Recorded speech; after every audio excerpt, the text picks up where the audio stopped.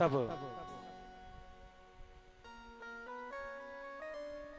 उस हवन में से देवता उत्पन्न होते हैं, यज्ञ देव आते हैं और हाथ में हव यानी खीर लेकर प्रकट होते हैं, वह राजा को दे देते हैं।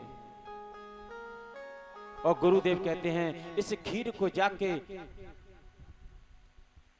तीनों रानियों में बांट देना और तुम्हारे यहां संतान उत्पन्न होगी। भगवान खीर से प्रकट होते हैं। खीर क्या है? ये चावल ज्ञान है और दूध कर्म। ज्ञान और कर्म ये दोनों हैं। अगर दूध और चावल की खीर बना दी जाए फिर आपको खिला दी जाए, उसमें चीनी न डाली जाए तो आपको कैसी लगेगी? बिना चीनी के स्वाद नहीं आएगा, बिना मिठास के आनंद नहीं आएगा। ज्ञान कितना भी बड़ा क्यों न हो, कर्म कितने भी ऊंचे हो, लेकिन जब तक भक्ति रूपी रस, भक्ति रूपी चीनी जब तक उसमें नहीं मिलाओगे तब तक आनंद नहीं आएगा, जीवन में रस नहीं भरेगा। उसी प्रकार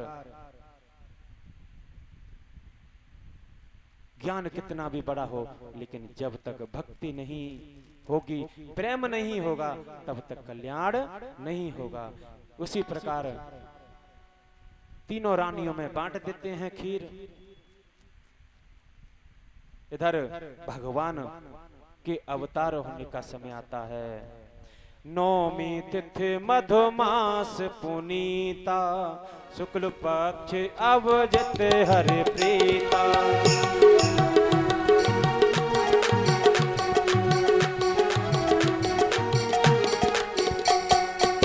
मध्य दिवस अति शीत न घामा, पावक काल लोक विश्रामा।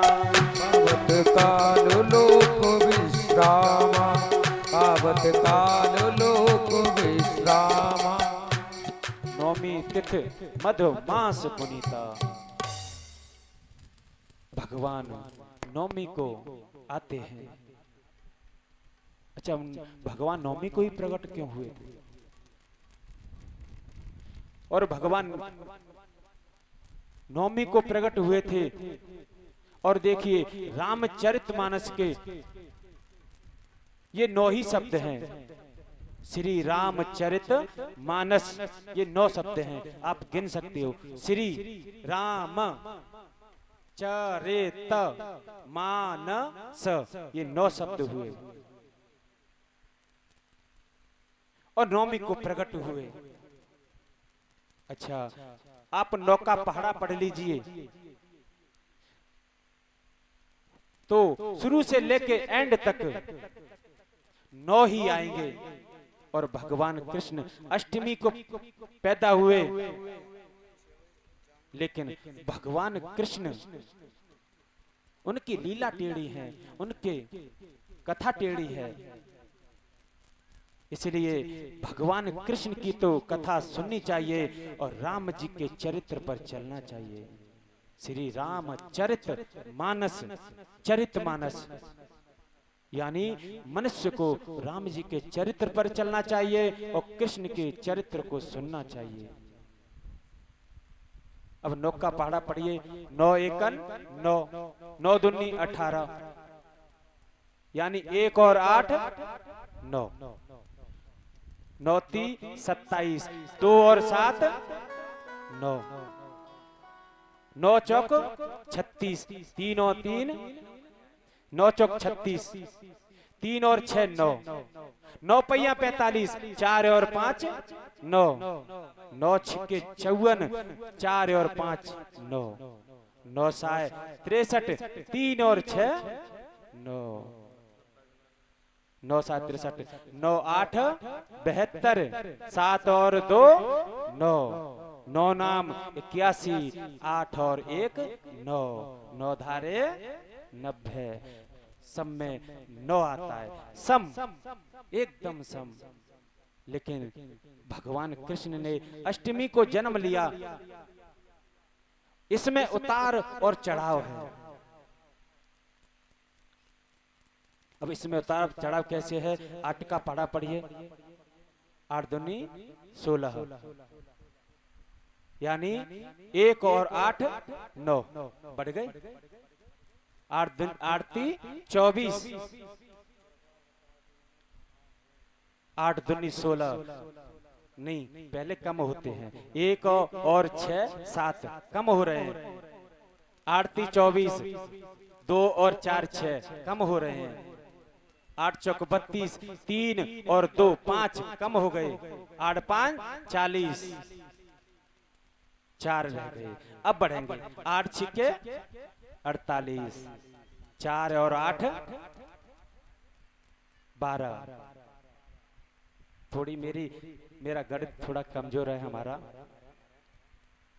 और सच बताएं जब गणित का घंटा आता था तो हम पीछे बैठ जाते थे,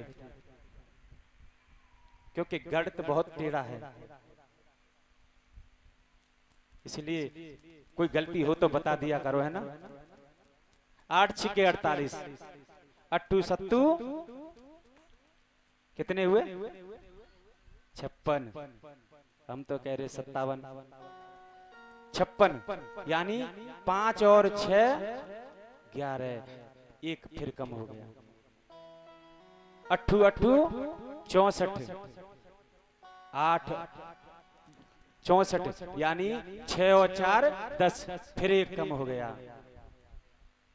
8 नाम 72, फिर 1 कम हो गया। 7 और 2 9, 8 धारे 80। एंड में भी 8 आया और शुरुआत में भी 8 आया। भगवान कृष्ण का चरित्र थोड़ा टेढ़ा मेढ़ा है, लेकिन एंड और शुरुआत में एकदम सम है। अब देखो जो कृष्ण ने किया वो हम तुम नहीं कर सकते। कृष्ण जी ने पर्वत उठाया, क्या हम तुम उठा सकते हैं? उन्होंने तो कन्नी उंगली पे पर्वत उठाया था, क्या हम तो दोनों हाथों से भी एक छोटे से पत्थर को भी उठाने में पसीना आ जाता है ना। लेकिन हम राम जी के चरित्र पर चल सकते हैं। इसलिए कहते हैं कि राम जी के चरित्र पर चलो और भगवान कृष्ण की कथा को सुनो, ध्यान से सुनो। इधर भगवान प्रकट होते हैं,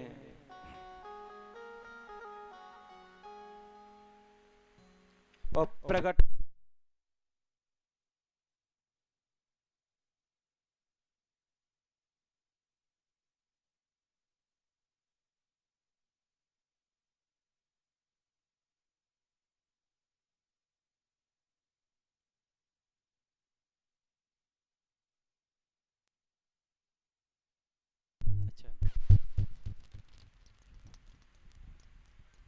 श्री राधे।